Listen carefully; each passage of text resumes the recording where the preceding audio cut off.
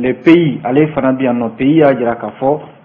limanaw baarakɛden minnu bɛ yen ni ayiwa olu de bɛ an dɛmɛ an ka sokɔnɔnaw la baaraw la olu minnu bɛ bɔ togodaw la ka na duguba kɔnɔnaw la kɛrɛnkɛrɛnnenya la Bamako yan limanaw ko nin kɔni kɛ bɛ masiba belebele de ye ayiwa denmisɛnnin fitinin minnu fana bɛ yen n'u bɛ bɔ togodaw la ka na duguba kɔnɔnaw la limanaw u sen tɛ ka hali kalan ɲuman yɛrɛ sɔrɔ ka kɛ jate laban min bɔra o ye k'a fɔ an bɛ don min na ko bi Bamako dugu kɔnɔna la ayiwa baarakɛla maa 100 ni maa 50 ɲɔgɔn na olu de bɛ ka baara kɛ nka si tɛ ka kɛ sariya kɔnɔna la les pays an bɛna o ɲɛfɔ aw ye sisan o mana bɔ yen nouvelle horizon fana bɛ yan limanaw nouvelle horizon y'a jira k'a fɔ taji ko dɔ farala a sɔngɔ kan gasoil ni essence limanaw gasoil n'a fɔ essence ale kɛra 160 ani dɔrɔmɛ 2 ye tama kelen b'a kan min ye gasoil ye o kɛra dɔrɔmɛ 160 ye ani tama 9 k'a sɔrɔ don essence tun bɛ 150 ani 2 la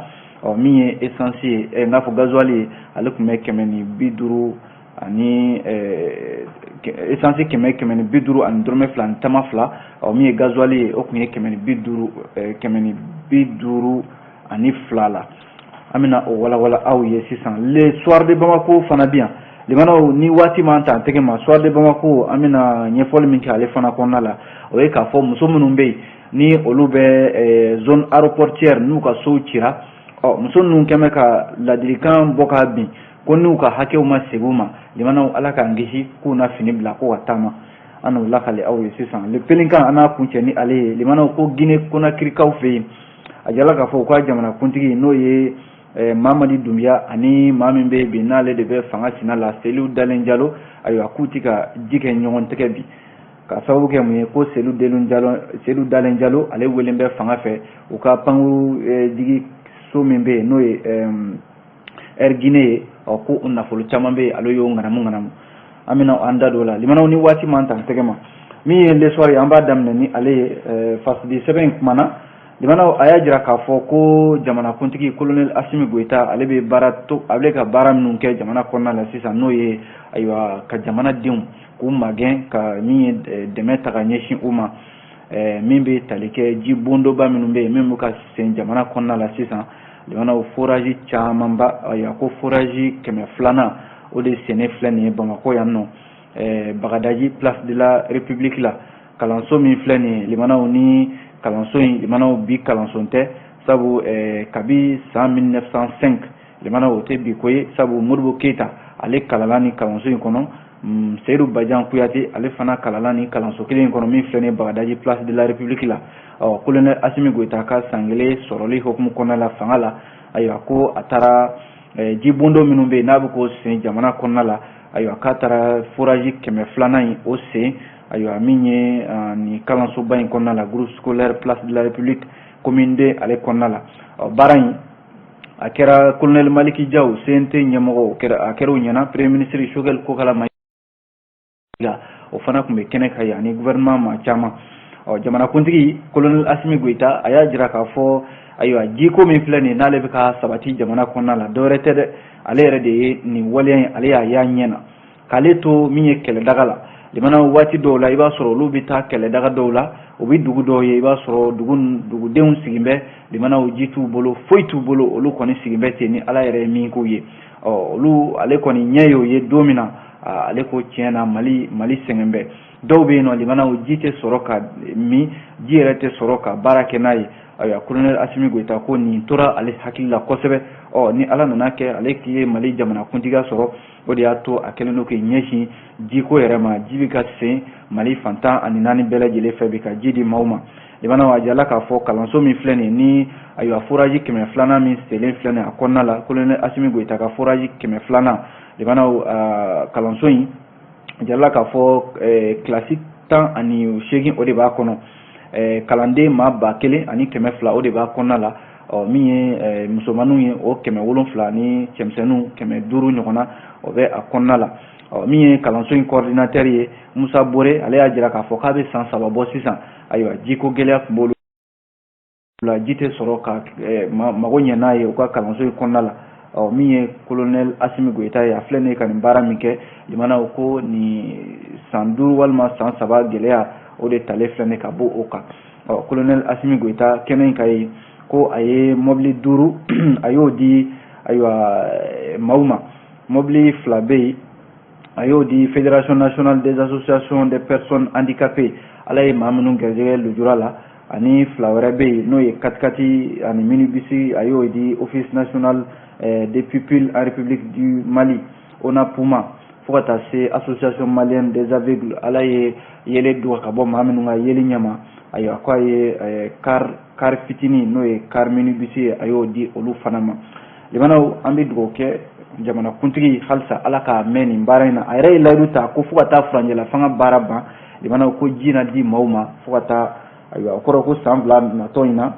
ji na se Mali fan bɛɛ lajɛlen fɛ o mana bɔ yen l'indépendant bi yan limanaw l'indépendant kumana a ko min bɛ tali kɛ a kuma fɔlen kɔ k'a fɔ jamana ɲɛmɔgɔw olu y'a lase ntɛnɛn tɛmɛnen na ayiwa juin kalo tile 6 ko furanjɛla fanga limanaw ko k'a daminɛ mars kalo tile 26 tɛmɛnen san 2022 ka taa bila mars kalo tile 26 san 2024 o bɛ bɛn san 2 ma ko o de kɛra faranga ye min farala ayiwa furanjɛla fanga a waati kan min ye kunnafoni ye a dira an ka jabaranisoba sanfɛ gouvernement yɛrɛ ka kuma lasela colonel Abdoulaye Maïga ni ye jateminɛ kɛ ale de ye kuma in fɔ Bataki la min lasera gouvernement tɔgɔ la ni ye jateminɛ kɛ waati y'a sɔrɔ CEDEAO ni UEMOA olu ye ɲɔgɔn ye min kɛ o dugusajɛ limanaw min ye ni kibaruya ye a bɔra jamana ɲɛmɔgɔw yɔrɔ politikitɔ minnu bɛ Mali kɔnɔna la yan dɔw y'u hakilila di a kan i n'a fɔ CODEM ɲɛmɔgɔba Hussein Amion Guindo ale ko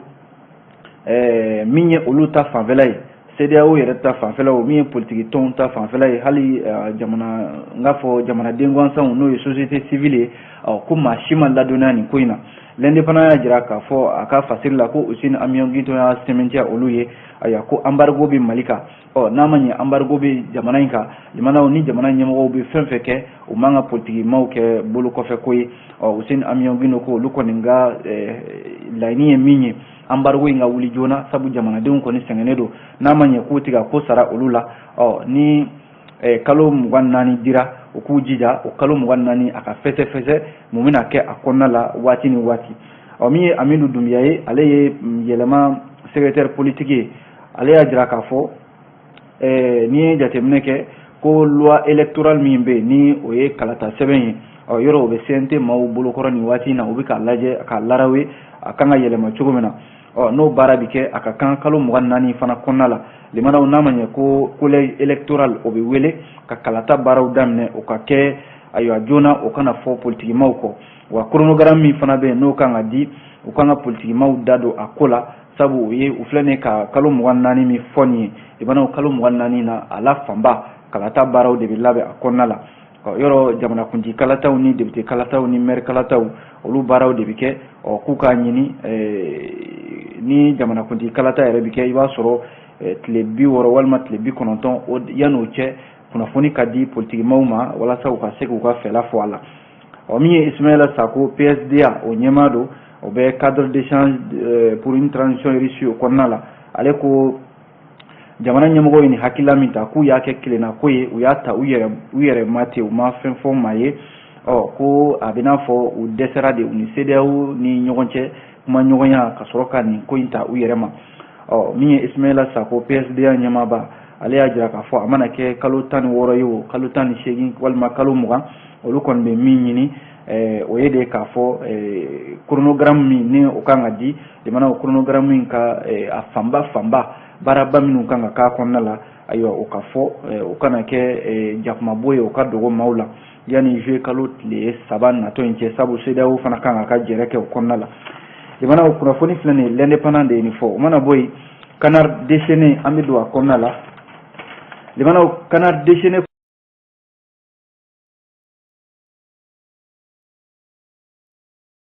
kumana a ko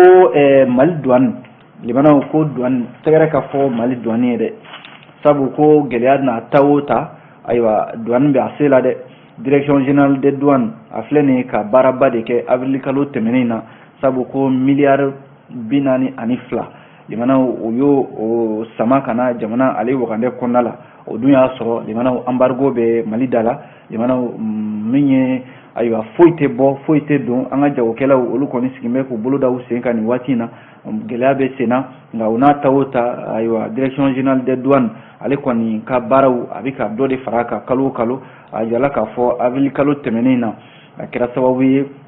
miliyari 42 ko wa ko kalo o kalo limana u ti jigin miliyari 40 duguma o b'a jira k'a fɔ douane ayiwa a bɛ baara la hali n'a sɔrɔla ko embargo o bɛ Mali da la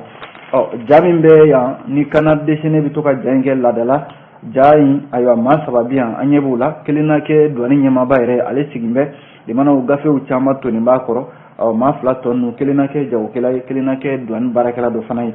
douane ɲɛmɔgɔ de y'i kanto a ko n balimakɛ i bɛ hakɛ to koyi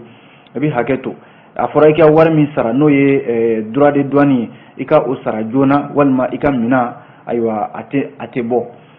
douane ɲɛmaaba y'o fɔ jagokɛla in min jɔlen don a n'a ka bazɛnba ale ko ayiwa o tuma na ne tɛ kanumɛkɛ ye wa e ni ne kanumɛya de b'an ni ɲɔgɔn cɛ o tuma ne ni bɛɛ ye so kelen maa de ye i t'a lajɛ an ka nin ko in lajɛ balimaya la douane ɲɛmaa ko o tɛ se ka kɛ dɛ jamana mago bɛ wari la nin waati in na balimaya t'o la kanumɛya t'o la ayiwa n'i tɛ se k'a sara ko a baarakɛɲɔgɔn min jɔ b'a kɛrɛfɛ ko u ka wele joona u ka taa wari sara yɔrɔ la ka taa wari sara sabu balimaya tɛ nin ko in na bilen jamana de mago bɛ nafolo la jamana nin kuma in a n'a kɔrɔ bɛ ɲɔgɔn na dɛ le canard déchaîné o mana bɔ yen limana l'investigateur ale kumana l'investigateur y'a jira k'a fɔ limana waliya dɔ bɛ an ka jamana in kɔnɔna la yan min ni kan ka dansigi kan ka k'a la mun don o ye an ka min bɛ tali kɛ sanubɔ yɔrɔ minnu bɛ yen n'o ye damandaw ye a jarala k'a fɔ l'investigateur kɔnɔna la bi ko nin kɛmɛ sababu ye limana denmisɛnnin fitininw ka gɛlɛya don u ka kalanko la dɔw yɛrɛ bɛ olu tɛ taa kalan na ka sababu kɛ damanda baaraw ye yɔrɔ dama kɔni ye fɛn ye a bɛ waleya a baara bɛ kɛ an ka jamana kɔnɔ yan a bɛ san caman bɔ san kɛmɛ caman ayiwa dama baara bɛ kɛ an ka jamana kɔnɔ yan a kɛra baara de ye min ni ayiwa maaw kɔni bɛ a la sanga ani waati bɛɛ lajɛlen sabu nafa bɛ sɔrɔ a la o de la an ka jamana kɔnɔ yan cɛmisɛnninw fara musomanninw kan i b'a ye olu caman de b'u kunda nin dama bɔ dingɛ ninnu kan limana walasa dɔw yɛrɛ hakili la k'u bɛ se ka nafolo caman sɔrɔ ka se ka u somɔgɔw dɛmɛ n'a ye nka limana ko a kɔlɔlɔntan tɛ sabu min ye u ka kalanw ye a bɛ dangarikɛ o la dɔw yɛrɛ bɛ yen hali kalan olu tɛ se ka t'o la ka sababu kɛ nin damanda baara ninnu ye min ye kɛnyɛrɛ cakɛda dɔw n'o ye ONG ni association ye olu kɔni wulilen bɛ k'u jɔ a kɛlɛ la walasa ayiwa denmisɛnninw olu bɛ se ka segin ka taa kalan kɛ cogo min na sɛgɛsɛgɛli min kɛra nin ko hukumu kɔnɔna la limanaw musomanninw minnu bɛ yen i n'a fɔ dɔw yɛrɛ tɔgɔ fɔ n bɛ yan Kajatu Jakite ale bɛ san 20 na limanaw a ko kabi ale san 7 ale bɛ nin baara in na damanda min filɛ nin ye Nampala a filɛ nin Sikaso ni Sikaso yɛrɛ cɛ bɛ san kilo 70 ɲɔgɔnna la n'i ye jateminɛ kɛ ani Bamako cɛ limanaw kilo 375 ɲɔgɔnna ko min ye Kajatu Jakite ale bɛ nin baara in na kabi a san 7 min ye ndama baaraw ye a kɛra ndamasen ye o a kɛra sanu koli ye o a kɛra sanu tɛntɛnni ye o fɛn fɛn ye sanu baara ye ayiwa ni musomanin a bɛ nin baara in na a ko ale bɛ nin baara in kɛ limanaw a bamuso a b'o de dɛmɛ sabu ko ale ba limanaw o ye maa ye maa min bɛ yen ni ayiwa se t'a ye ale kɔni de y'a la musomanin ye min ye kɔrɔbalennin ye ale kɔni a ye sira min ye min bɛ se ka kɛ sababu ye ka se ka nafa lase a bangebaa ma o de ye damanda baara ye nka limanaw ko Kajatu Jakite ale kɔni filɛ nin ka kalan de bila pewu limanaw k'i kunda damanda kan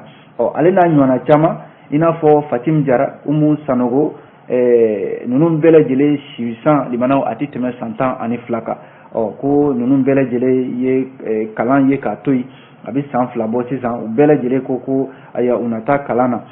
n k'a fɔ u na taa damanda la limanaw ni jateminɛ kɛ Umu Fatim Jara walima Umu Sanogo ayiwa kelen bɛ yen o ye kalan bila a bɛ san 2 bɔ kelen wɛrɛ bɛ yen o y'a bila a bɛ san 4 bɔ sisan limanaw u bɛɛ lajɛlen ko olu na taa damanda la walasa ka sanu bɔ ka nafolo ka lase u bangebaaw ma limanaw ni jateminɛ kɛ nin de waleya bɛ an ka jamana kɔnɔna la yan nɔ Fatim Jara ni Umu Jara ani Asan Jara u bɛɛ lajɛlen dɔw bɛ yen olu ma tɛmɛ kilasi 5nan kan, dɔw yɛrɛ bɛ yen u ma tɛmɛ kilasi 2nan kan, dɔw yɛrɛ bɛ yen olu b'u to kalan na limanaw ka baara in kɛ. I b'a sɔrɔ ni kalan tigɛ waati minnu na walima ni don min bilalen don ni kalan tigɛ u bɛ taa ayiwa damanda ninnu na. Nin bɛɛ ye kɔlɔlɔ ye limanaw ka ɲɛsin u ka kalanw ma. Cakɛda minnu bɛ yan n'o ye kɛnyɛrɛye cakɛdaw ye, n'o ye ONG ye, i n'a fɔ TPAE ayiwa ani ONG dɔw olu de bɛ ka wulikajɔ camanba de kɛ bi walasa ayiwa denmisɛnnin fitinin minnu bɛ yen limanaw n'u ma se nin baara ninnu ye ka se ka u hakilila yɛlɛma u ka se ka segin kalansow la. N'i ye jateminɛ kɛ damanda min filɛ nin Nampala Sikaso mara in na yen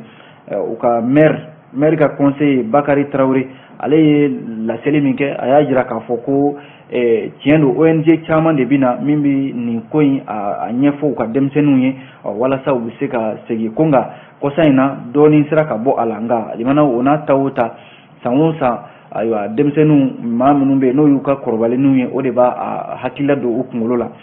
N'i ye jateminɛ kɛ Mali dun y'a tɛgɛnɔ bila sɛbɛn caman na i n'a fɔ Organisation Internationale du Travail OIT u ka convention 182 min b'a jira k'a fɔ denmisɛnnin man ka baara daminɛ limanaw k'a sɔrɔ i si dɔgɔyalenba o ka kɛ san 15 ye. Yɔrɔ Mali yɛrɛ kɔnɔna la yan nɔ n'i bɛ baara kɛ ni si ma se san 15 ma walima san 18 o bɛ se ka kɛ kɔlɔlɔ ye ka ɲɛsin hali i ka hadamadenya ma. Limanaw jate minnu bɔra an ka jamana kɔnɔna la u b'a jira k'a fɔ ayiwa denmisɛnnin minnu bɛ yen n'u si b'a ta san 14 walima san 15 i b'a sɔrɔ olu de bɛ ye baara gɛlɛnbaw la ayiwa min ye maakɔrɔbaw kan ka baara minnu kɛ u bɛ ye o baaraw de la. N'i ye damandaw lajɛ limanaw a la kɔlɔlɔ yɛrɛ ye min ye o ye k'a fɔ musomanin minnu bɛ yen n'olu bɛ taa baara ninnu kɛ n'o ye damanda baaraw ye kɛrɛnkɛrɛnnenya la Sikaso mara Kɛɲɛba fanfɛlaw la i b'a sɔrɔ a musomanin ninnu limanaw lamɛnbaaw ka hakɛ to cɛnimusoya baaraw caman bɛ yen u bɛ sɔrɔ o de la walima dɔw bɛ yen u bɛ cɛnimusoya dajira u la k'a fɔ ko na kɛ gɛrɛjɛgɛja ye ka ɲɛsin u ma. Sabu dɔw yɛrɛ a don bɛ u kunkolo la k'a fɔ ko musomanin minnu bɛ yen lamɛnbaaw ka hakɛ to minnu bɛ yen n'olu ma cɛ dɔn fɔlɔ ko n'olu taara damanda ninnu na i b'a sɔrɔ limanaw u ka ni maaw ser'u ma maaw ka hakɛ to limanaw ko bɛ kɛ sababu ye ka gɛrɛjɛgɛ d'u ma sanuko nasira ninnu na. Limanaw n'i ye jateminɛ kɛ sɛgɛsɛgɛli dɔw kɛra san 2020 Sayidu Ouédraogo ale ye expert international droit de protection des enfants na ani Kulubali Ngaranzan Christophe science de l'éducation olu y'a jira k'a fɔ ko nin waleya olu ye nin jateminɛ ko denmisɛnninw nin de b'u hakili la. Limanaw minnu bɛ yen ni olu bɛ kalan yɛrɛ ye k'a to yen pewu i n'a fɔ Sitakili Jijan a jala k'a fɔ u caman de bɛ yen min bɛ bɔ Buguni maraw Segu maraw ani an kɛrɛfɛ jamanaw Burkina ani Laginɛ fanfɛlaw la.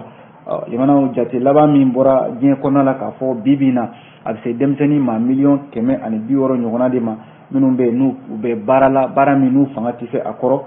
hali Mali yɛrɛ la yan nɔ limanaw min y'a la kɔlɔlɔ ye o ye k'a fɔ denmisɛnnin hakɛ min bɛ yen ni ayiwa UNICEF ani OIT ye jate laban minnu bɔ san 2021 o ye k'a fɔ denmisɛnnin ma 16,000,000 farafinna jamanaw kɔnɔna la Mali yɛrɛ ta la limanaw minnu gɛlɛya ani fantanya ani u bɛ u ka kalanw ye k'a to yen limanaw o de ye Mali yɛrɛ ta la gɛlɛya ye. Maa min ye nin sɛgɛsɛgɛli in kɛ ka ɲini kɛ o ye Saka Jamutene limanaw an y'a bɔ l'investigateur ale kɔnɔna la. O mana bɔ yen les pays ale bi yan limanaw pays kumana pays y'a jira k'a fɔ min bɛ tali kɛ baarakɛden minnu bɛ yen ni ayiwa olu de bɛ dɛmɛ kɛ an ka dubaw kɔnɔna la ayiwa limanaw n'u bɛ bɔ togodaw la ka na ayiwa dugubaw kɔnɔna la ka na baara kɛ limanaw i b'a sɔrɔ a caman bɛ yen minnu si cayalen a tɛ tɛmɛ san 15 kan. Limanaw o baarakɛla ninnu a jarala k'a fɔ bi jateminɛ min kɛra u bɛ maa hakɛ min na Bamakɔ dugu kɔnɔna la bi u bɛ se maa 100 ani maa 50 ɲɔgɔnna ma. Limanaw nin baarakɛla ninnu i b'a sɔrɔ u bɛ u si tɛ baara kɛ sariya kɔnɔna la n'a fɔra sariya i b'a sɔrɔ ni hakɛ min ka kan walima sara minnu kan ka di u ma o tɛ di u ma walima u bɛ baara min kɛ i b'a sɔrɔ a fanga ka girin u ma a caman de bɛ yen limanaw gɛlɛya yɛrɛ ma u bɛ fɛ de ka na min ye u ka minnu bɛna ka na u ka kɔɲɔminɛnw ɲini walima minnu bɛ yen n'u bɛna ayiwa nafolo wɛrɛw ɲini ka ɲɛsin u bangebaaw ma i n'a fɔ misalila Mariam Jara ale bɛ Bako Jikɔrɔ ni Bamakɔ sigida 5nan la ale yɛrɛ b'a ta lakale a ko ale nana Bamakɔ yan dɔwɛrɛ tɛ ko a nana ka kɔɲɔminɛnw de ɲini limanaw ale si dun bɛ san 14 ɲɔgɔnna na ale n'a ɲɔgɔnna caman i n'a fɔ Delphine fo ka taa se Delphine ani Mariam olu bɛɛ lajɛlen bɔra Samara la Segu mara kɔnɔna la limanaw kana Bamako yan nɔ limanaw ni jateminɛ kɛ cakɛda dɔ bɛ an fɛ yan nɔ min jantolen don nin baarakɛla ninnu olu ka hakɛw la Association pour la défense des droits des aides ménagères et domestiques ADAD o ɲɛmɔgɔya bɛ Sogona Tarawele bolo ale y'a jira k'a fɔ olu ye sɛgɛsɛgɛli minnu kɛ limanaw ko nin waleya in musomanin ninnu caman bɛ bɔ ayiwa Segu mara Bilamaraw Kayi Kulikoro kana Bamako yan nɔ limanaw u bɛɛ lajɛlen n'u nana i b'a sɔrɔ u ka sara limanaw a tɛ tɛmɛ 2000 walima 3000 a cayalenba a tɛ tɛmɛ o kan k'a sɔrɔ dun Mali sariyaw la n'i ye jateminɛ kɛ sara min n'a ka dɔgɔ ni sara bɛɛ lajɛlen limanaw o ye 8000 de ye baarakɛla mana kɛ cogo cogo i ka sara dɔgɔyalenba 8000 o kan ka di i ma o yɛrɛ taara Mali sariya fɛ san 2016 nka n'a fɔra ninnu bɛ baara min kɛ limanaw dɔw yɛrɛ bɛ yen u bɛ tile kuru kɛ baara la sufɛla t'a la tilefɛla t'a la limanaw min bɛ di u ma kalo sara la a tɛ tɛmɛ 2000 3000 kan limanaw Batoma min ye ONG ADAD ɲɛma Sogona Tarawele a ko ni ɲɔgɔnna waleya o de bɛ sen na ko wa min y'a la kɔlɔlɔ fana ye ko i b'a sɔrɔ dɔw bɛ yen nɔ olu bɛ cakɛda misɛnnin dɔw sigi kɛrɛnkɛrɛnnenya la Bamako gare min filɛ nin Sogoniko i b'a sɔrɔ u bɛ jɛkulu dɔw sigi yen u bɛ baarakɛla ninnu kunbɛn n'u nana u b'u sɔrɔ k'u tila maaw ni ɲɔgɔn cɛ u ka baarakɛ saraw u bɛ sɔrɔ k'o fana ta limanaw k'a bila u kunna limanaw o y'a la gɛlɛya ye baarakɛla ninnu fana bɛ yen i b'a sɔrɔ u bɛ baara la dɔw bɛ u ka sara tɛ sɔrɔ dɔw fana bɛ yen u bɛ baara min kɛ limanaw baara fanga ka girin u ma sabu si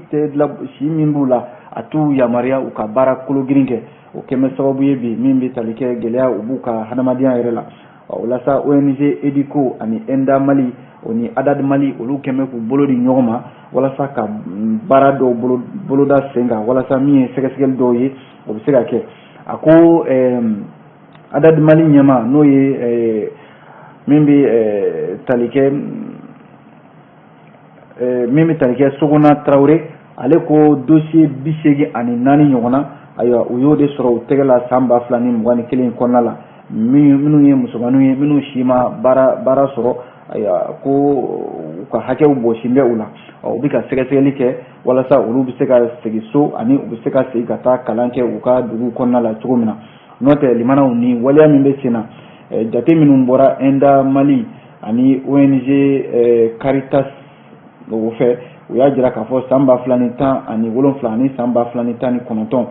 n'i y'a lajɛ Kayi mara Segu Tɔnbɔkutu ani Gawo ayiwa olu denmisɛnnin minnu caman bɛ bɔ nin yɔrɔ ninnu de la limanaw i b'a sɔrɔ ni min ma kalan bila i b'a sɔrɔ o nan bɛ wari ɲini ayiwa walima ayiwa kalan bɛ taa ka olu to nka laɲini ye mun ye o ye k'a fɔ ka u yɔrɔ ɲini u bɛ yɔrɔ minnu na limanaw k'u fara ɲɔgɔn kan yɔrɔ dɔ fana na ka hakililaw di u ma u bɛ se ka segin ka taa u bɔyɔrɔw la san 2017 fana na min ye Dr Birima Elidiko ani Foje Tanjigora olu fana ye sɛgɛsɛgɛli dɔw kɛ a ko siratigɛ la u y'a jira k'a fɔ ko sɛgɛsɛgɛli minnu kɛra ko baarakɛla ninnu ni dɔw yɛrɛ k'u ma ko baarakɛdenw limanaw i b'a sɔrɔ u jɔyɔrɔ ka bon du ninnu kɔnɔna la kosɛbɛ ko nka u bɛ baara minnu kɛ limanaw i b'a sɔrɔ baara ninnu na a caman de bɛ yen muso minnu bɛ u ta i b'a sɔrɔ olu b'a dɔn k'a fɔ tiɲɛ yɛrɛ la baara ninnu ka girin u ma dɔw yɛrɛ bɛ maa kalannenw don nka u b'a dɔn k'a fɔ tiɲɛ yɛrɛ la nin man ɲi u ma nka u b'u bila u ka hakɛw tiɲɛ limanaw a mana kɛ cogo cogo min ye san o san ye dɔ de bɛ fara nin baarakɛla ninnu u nani k'an ka jamana kɔnɔ a bɛ se ka kɛlɛ cogo min na ayiwa ko o baaraw de bɛ sen na walasa ayiwa u bɛ se ka segin ka taa u ka dugu la u bɛ se ka kalan kɛ cogo min na Jakaliya M Dambele ale ye nin fasili kɛ limanaw an ye nin bɔ le pays ale kɔnɔna la o mana bɔ yen limanaw fasili sɛbɛn Nouvelle Horizon ale bi yan nɔ a kumana Nouvelle Horizon y'a jira k'a fɔ ko taji limanaw dɔ farala a kan n'o ye essence ani gasoil limanaw kunnafoni bɔra ka bin kunungo juin kalo tile 7 ka jira k'a fɔ ko min ye taji ye bi araba yɛrɛ ayiwa ko a baara daminɛna ko min ye essence ye n'o ye super sans plomb ayiwa ale bɛ feere ale litiri 1 160 ani dɔrɔmɛ 2 ani tama 1 o mana bɔ yen min ye gasoil ye o fana bɛ feere 160 ani tama 9 k'a k'a sɔrɔ nin gasoil kosa in na nin y'a yɛlɛ ko 2nan de ye yɔrɔ dɔ kun farala k'a kɛra essence kun kɛra 150 ani dɔrɔmɛ 2 ye k'a sɔrɔ nin gasoil o kun ye 150 ye limanaw nin b'a jira k'a fɔ dɔrɔmɛ 9 ani tama 1 o de farala ayiwa taji olu sɔngɔ kan k'a sɔrɔ dun limanaw min ye gɛlɛya ye dɔ bɛ ka fara kan don o don nka limanaw ko n'i ye nin kunba lajɛ a jala k'a fɔ a sababu ye mun ye kɛlɛ min bɛ Ukraine ni Russie cɛ bi limanaw Mali taji n'a fɔ farafinna yɛrɛ a taji caman min bɔ nin yɔrɔ ninnu de la a jala k'a fɔ hali farafinna minnu bɛ taji bamayɛlɛma n'o y'u ka usine de raffinerie ye olu caman bɛ olu tɛ ka baara kɛ Afrique du Sud Sénégal ani Cameroun fo ka taa se Tchad ma ko nka Nigeria dɔrɔn de bɛ ale bɛ ka baara kɛ a ta la o yɛrɛ o tɛ n'i y'a sigi 100 o 100 a tɛ kelen bɔ yɔrɔ o la farafin jamanaw bɛ olu ta a ka sɔrɔ ka na u ka jamanaw kɔnɔna la a ka gɛlɛn kosɛbɛ a jala k'a fɔ limanaw ko hali gazi yɛrɛ ko a na kɛ dɔ fana farala o sɔngɔ kan sabu ko gazi kilo 1 o kɛra 210 ani 2 ye ayiwa ala k'an bɔ a bɔda ɲuman fɛ limanaw waati n'a ka waati an na kunnafoni an n'an sonsoro yan nɔ k'aw fo k'aw waleɲuman dɔn ni ala sɔnna sini an na ɲɔgɔn sɔrɔ gafe kura minnu mana bɔ an n'u lakali aw ye ladira kɔnɔna la a k'an bɛn diɲɛ waati wɛrɛ